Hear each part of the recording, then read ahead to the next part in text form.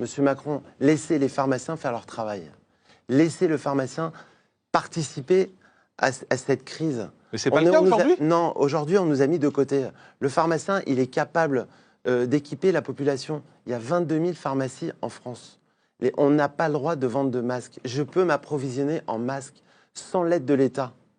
La majorité des pharmaciens peuvent le faire. Il y a des réseaux. On a nos filières.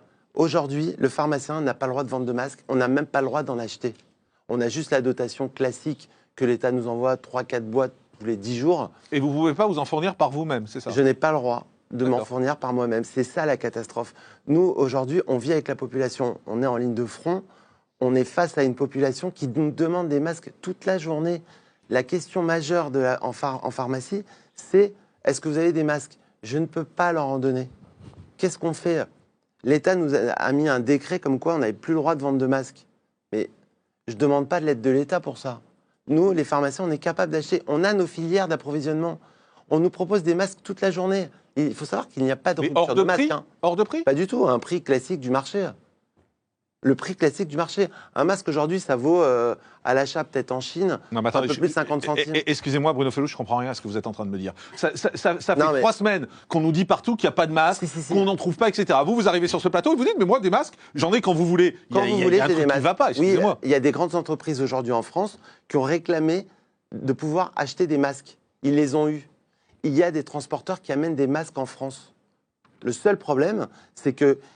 Mais ils vont où ces masques ? Ils vont à des entreprises qui sont obligées de travailler et donner des masques à leurs employés. Il y a un moment, la grande distribution, d'où elle achète. Si vous prenez des masques, vous allez les enlever à des gens qui en ont besoin. Pas du tout, il y a d'autres filières d'approvisionnement. Il y a des labos qui fabriquent des masques en Chine, il y a des labos qui peuvent nous amener des masques en France, et le pharmacien peut participer. Excusez-moi, c'est le bordel. Excusez-moi, je comprends rien. Non, mais docteur Pérez, excusez-moi, je comprends rien à cette histoire. Il y en a ou il n'y en a pas des masques ? Mais alors, je suis totalement d'accord avec ce qu'il vient de dire. Moi, aujourd'hui, vous savez, je suis journaliste médical, mais aujourd'hui, je reçois des SMS qui m'expliquent que je peux acheter des masques, qu'on connaît les filières, qu'il existe des producteurs qui sont aux normes européennes. On peut en acheter. Maintenant, pourquoi le gouvernement en achète mais veut les réserver ?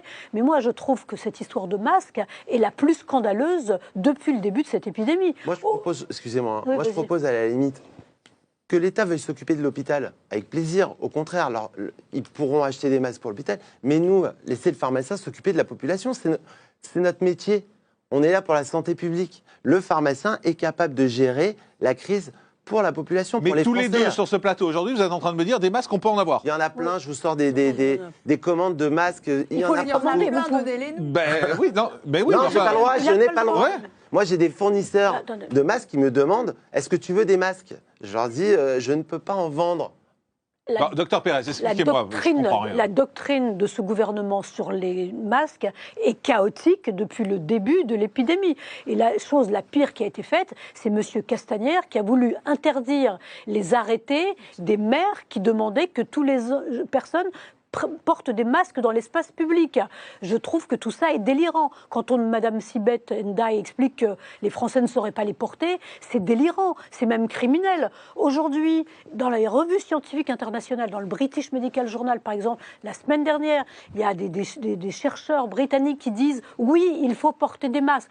On n'a pas toutes les études contre placebo qui montrent que ça marche, mais bien sûr, on sait que ça arrête les postillons qui diffusent le virus dans l'espace public. Des chercheurs dans Nature viennent de publier une étude. Ils ont testé des masques contre différents virus. À l'époque, ils n'avaient pas encore le Covid. Et ils me disent, oui, le masque empêche la diffusion du virus à l'extérieur. C'est des données scientifiques. Aujourd'hui, on a quasiment la preuve absolue que ça protège la population. Ça protège les gens qui les portent d'être contaminés. Ça protège les gens qui ne sont pas contaminés de recevoir le virus. Ça ne protège pas à 100%, mais ça protège. Il vaut mieux, disent ces chercheurs, un masque artisanal, fabriqué vous-même avec du tissu, qu'un masque que vous ne pouvez pas trouver en pharmacie. La doctrine, elle est claire. Je ne comprends pas pourquoi cette doctrine, elle n'est pas appliquée. Comme je vous le disais tout à l'heure, moi, des amis m'ont dit, si tu connais des gens qui ont besoin de masques, voilà, j'ai une filière en Chine. Donc, si monsieur est pharmacien, il doit l'avoir encore plus souvent que moi, ce genre de réflexion. Mais alors, quel est le problème ? Expliquez-moi, parce que moi, je ne comprends pas. Quel est le problème ? S'il y a des masques, pourquoi est-ce qu'on ne peut pas les avoir ? Le prix, peut-être ? Est-ce que la France est prête à payer un prix qui a été augmenté depuis quelques mois ? faut reconnaître qu'il y a une demande mondiale. Un des rares fabricants au monde, c'est la Chine. Est-ce que aujourd'hui... Mais vous me dites que vous avez des masques qui sont en gros dans la moyenne. Le masque dans la moyenne des prix. Un masque, ça coûtait pas ce prix-là. Aujourd'hui, la demande est beaucoup plus importante. Donc le prix du marché a augmenté. Mais quel est le problème? Pourquoi est-ce qu'on vous autorise pas à en avoir? Je comprends pas. Mais je pose la question. Moi, je pose la question à M. Salomon et M. Véran. Pourquoi vous refusez que le pharmacien vende des masques? Laissez-nous approvisionner la population, la protéger.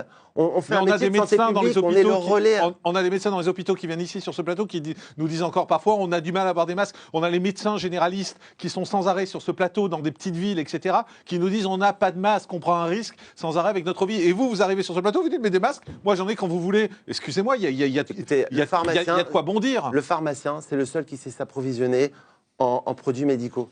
Donc si on nous donne l'autorisation, je vous garantis que demain matin, toutes les pharmas auront des masques et pourront les vendre à la population.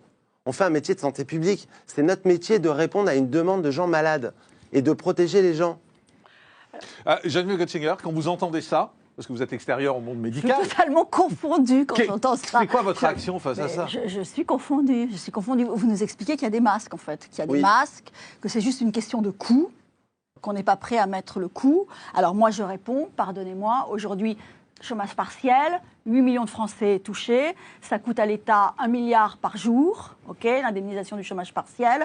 Est-ce que ça ne coûte pas plus cher que d'équiper la population en masque? Est-ce que ça ne permettrait pas, si on équipe la population en masque, de relancer immédiatement l'économie? Pardon, la santé n'a pas de prix, on est bien d'accord. Parce que moi, je vais dire quelque chose, on nous culpabilise en nous disant attention, si vous portez des masques, si vous en prenez, si vous en avez dans la rue, vous les enlevez aux soignants, c'est votre faute. Donc, personne ne réclame des masques. On se dit tous, on ne va pas prendre de masques parce que ça va les enlever peut-être à des gens qui en ont plus besoin. Donc, est-ce qu'il y a une pénurie ou il n'y en a pas? On regarde même d'un air mauvais les gens dans la rue qui croisent avec des masques. En se disant, ils les piquent aux soignants. Exactement, docteur. Je pense que les Français sont plus pragmatiques que le gouvernement. Parce que moi, j'habite à Paris, eh bien, une personne sur deux, voire plus, porte un masque. C'est-à-dire qu'ils ont compris... mais en culpabilisant, parce qu'à la télé, on nous dit qu'il ne faut pas en porter. Non, mais je pense qu'il y a beaucoup de masques artisanaux. Là, ça me paraît dingue. Est-ce qu'il y a des normes? Est-ce que ça permet de protéger? Alors, c'est déjà mieux que rien, vous allez me dire.